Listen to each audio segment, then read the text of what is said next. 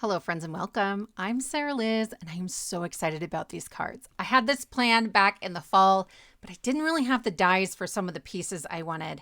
But then Trinity released the Emoji Builder die set and it's going to make this so easy. So I have a pair of glasses that are in the Emoji Builders, and then I'm not even sure what those two pieces are. The black ones are maybe eyeballs. These might be eyebrows, but we're going to use them as eyes. This is for that crying emoji, and I use the largest teardrop.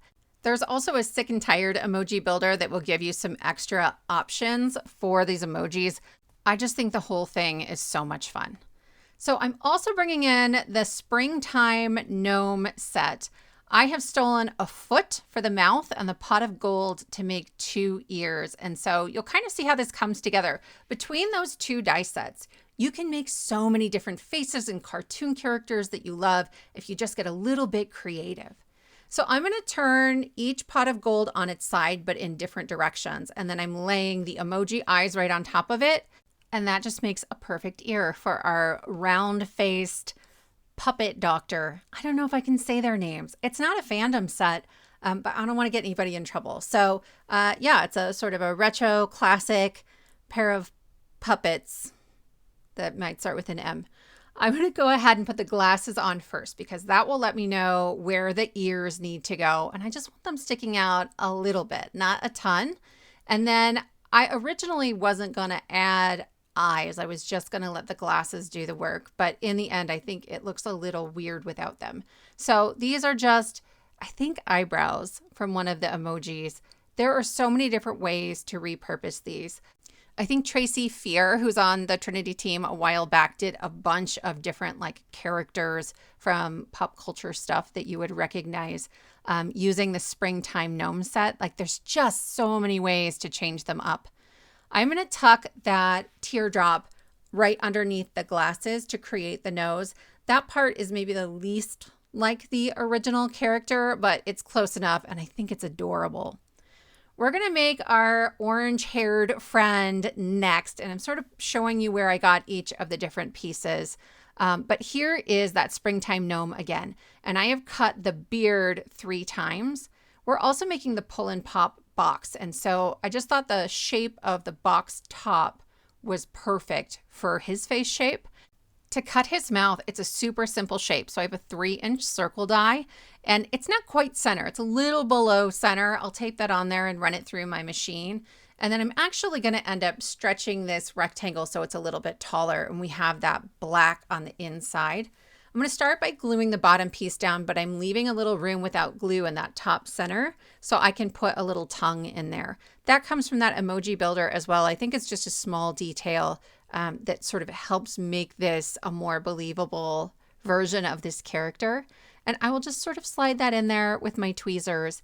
And then when I go to put the other piece on top, it's going to be easy enough to just leave a little room in between. To create the hair, I cut not exactly the beard piece. The gnome has 2 pieces that include the beard. And this is the piece that is actually meant for the face. And then you would glue the beard right on top and it would match up perfectly with the bottom parts of it. But I wanted enough that I'd be able to easily tuck this back behind the head.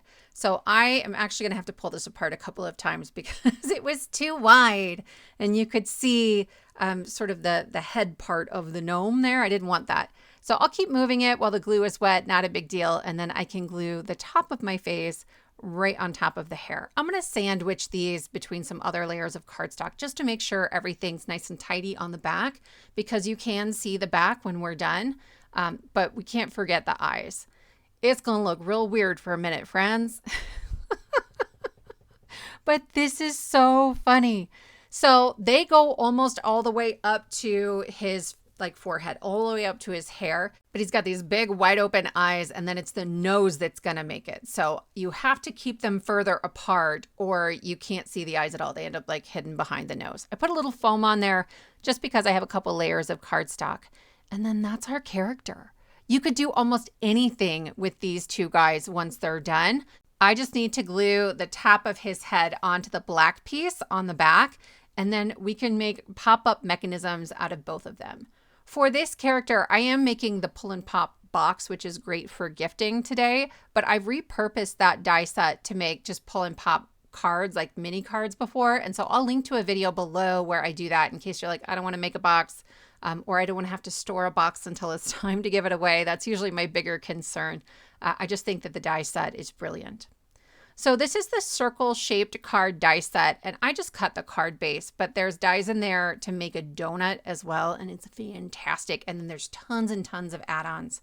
I'm going to put the fold to the side on this one, and I've brought an Emergency Card Essentials die set number 2. It's a set I designed for Trinity, and I am just stealing the pop-up mechanism. It's too big, so I'm going to show you how to cut it down. I'm going to start by folding all of the score lines. They're all mountain folds. I just stick my thumb in there to get it started going the wrong way, and then I'll fold it back on itself. To install this, I want to fold the 2 corners up, and then this goes right in the fold of the card, but you can see it's going to show if I do that. So I am measuring the fold of the circle shaped card. It's about 1 inch.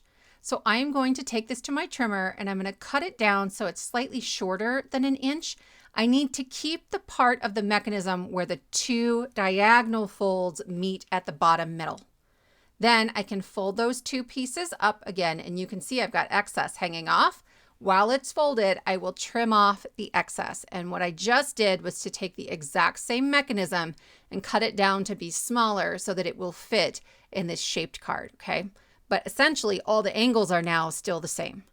I'm going to label these A, skip B, label C, and D, because there's 4 sections on here.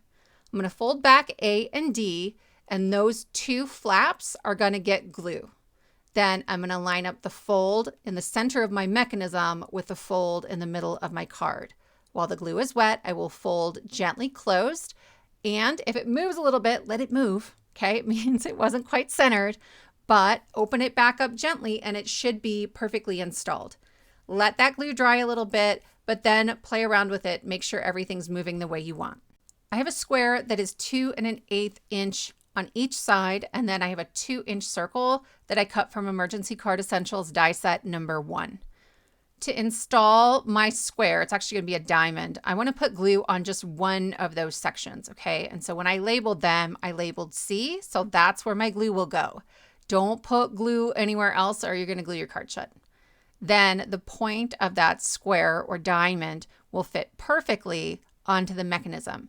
And when I fold, you can see that it sort of folds flat down into the card. I'm going to add some removable adhesive, and then I can put my 2-inch circle in the middle. And then I'm going to add my face onto the front. This is going to be side folding. So I'm using a little Post-it note just to help me see where that fold is when I go to glue this on there. It's like the hardest part about a circle card for me. It's making sure I know like where the top is or where the side is. And then with my little Post-it note, I have a clear indicator, and it's very easy to make sure I get the face lined up on there. I open it up, it pops open. It's fantastic. I'm going to wait until I have both projects mostly done, and we'll add the sentiments at the same time because they're going to go together. These are actually gifts for my husband. His birthday is right near Father's Day, and so every year I just make him a whole bunch of cards and I hide them around the house, and he's going to love this so much. And I'm going to let the boys give him these 2 cards. They love to be a part of it. They got ornaments of these 2 characters a couple years ago when they fought over who got which one. So I'm pretty sure they're going to have a really great time with this. This is the pull and pop box, and I am just folding on all of the score lines. They're all mountain folds, right? Really, really easy, but I'm using a super duper heavyweight cardstock because I liked the color. And so I'm coming in with my bone folder. It's the Ergonomic bone folder from Trinity, just to make sure they're folded well. On these long flaps, you're really just reinforcing them. That's why there's extra cardstock. So I added glue onto the outermost flap and I fold it in once. Then on either end, the short ends, I get again a chance to sort of fold those over and reinforce them, but they're short flaps from the side that tuck right in there so that your box is held together really, really beautifully. I will also link below to another video where I made this box, and there's a double pop-up that comes out when you pull the box drawer open. So this is going to have 1 pop-up. That one has 2. The piece I'm working on right now is the sleeve that goes over the box. And again, all of these are mountain folds. It's just that my cardstock is super duper heavyweight. And so I'm having to do a little wiggling. This is the mechanism for the pop-up. Again, all of them are mountain folds. Really, really easy. Every fold for this box is a mountain fold. I want to take this short flap and add glue, and I'm going to glue it onto one end or the other. It doesn't matter. They're the same, right where that hole is. So it will line up perfectly in the center of that hole. See that? Okay, so I'm just glued on the one side. Then I have my box folded on the first score line, and there's a pretty obvious place where you can fold it and the whole thing folds flat. I put just a thin bead of glue there. There's not a ton of overlap, right? It's maybe a 1/4 inch. So I like a thin bead of glue instead of using a double-sided adhesive. Just if the double-sided adhesive isn't lined up just right, it might be sticking out and then you have exposed adhesive. There are decorator pieces you can put around the edges of this box. And so I'm doing the 2 sides with the long pieces, and then I decorated the 2 short sides before I remembered I have to glue something onto the back. In the end, I kind of like it the way it's going to end up here. You'll see in a second, but you might wait on this one, right? The short triangle that doesn't have a little half circle cut out of it, you might wait, and then you can decide later if you want the last piece of the mechanism glued to the outside or right underneath it. So I'm going to go ahead and slide the box into the sleeve so that the last piece of that mechanism is hanging out the back. It's got to go out the back. Then I add glue and I just glue it flat down onto the back of the box. If you didn't like the look of that line of cardstock, you absolutely could put the decorator piece on the outside. But that's what it looks like. And when you pull it, you can see you get this little sort of pop-up mechanism. I'm going to add glue only to the top half of that mechanism, okay? If you add glue to the whole thing, you might end up with some buckling and you don't want that. So I'm going to open the drawer and then I'm just going to use my fingers and tuck them right underneath there. But you can see as I turn it, there's this little gap of space between the bottom of the face and the bottom of that mechanism. And that's just because we needed a piece of the sleeve to come all the way out to the front that isn't mechanism. So if you just follow that glue trick, it's not a problem at all, and it's really sturdy all the same. So this is Emergency Card Essentials die set number 1. And on the back of the packaging, there is a QR code that gives you an entire set of sentiments. There's circle sentiments and there's rectangle sentiments. And I love this one. We'll be friends until we're old and senile, and then we'll be new friends. So our doctor puppet will get the first one, which seems a little more sane. And then our red-headed guy is going to get the funny, then we'll be new friends. And I'm going to put it on the inside of the box with an action wobbler. There are 2 sides to the action wobbler. One is a hard plastic. The other is more flexible and clear. I like to put the clear part onto my card base or the inside of the box because sometimes you see it. So I want clear on the bottom, and I will just remove that adhesive. This is like a little plastic spring and it wobbles around in there. And I just think it's a whole lot of fun. So I will set that in the front of the box. You can see it wobbling and moving. That finishes our 2 projects for today, my friends. I hope you're inspired. I would love to know what characters you think we could make with the Emoji Builder die sets, and maybe that springtime gnome set. Also a reminder, if you have Emergency Card Essentials die set number 1 or number 2, be sure you're scanning the QR code on the back so you can download free sentiments that you can use on all your card projects. Thank you so much for spending your time with me, and I will see you next time.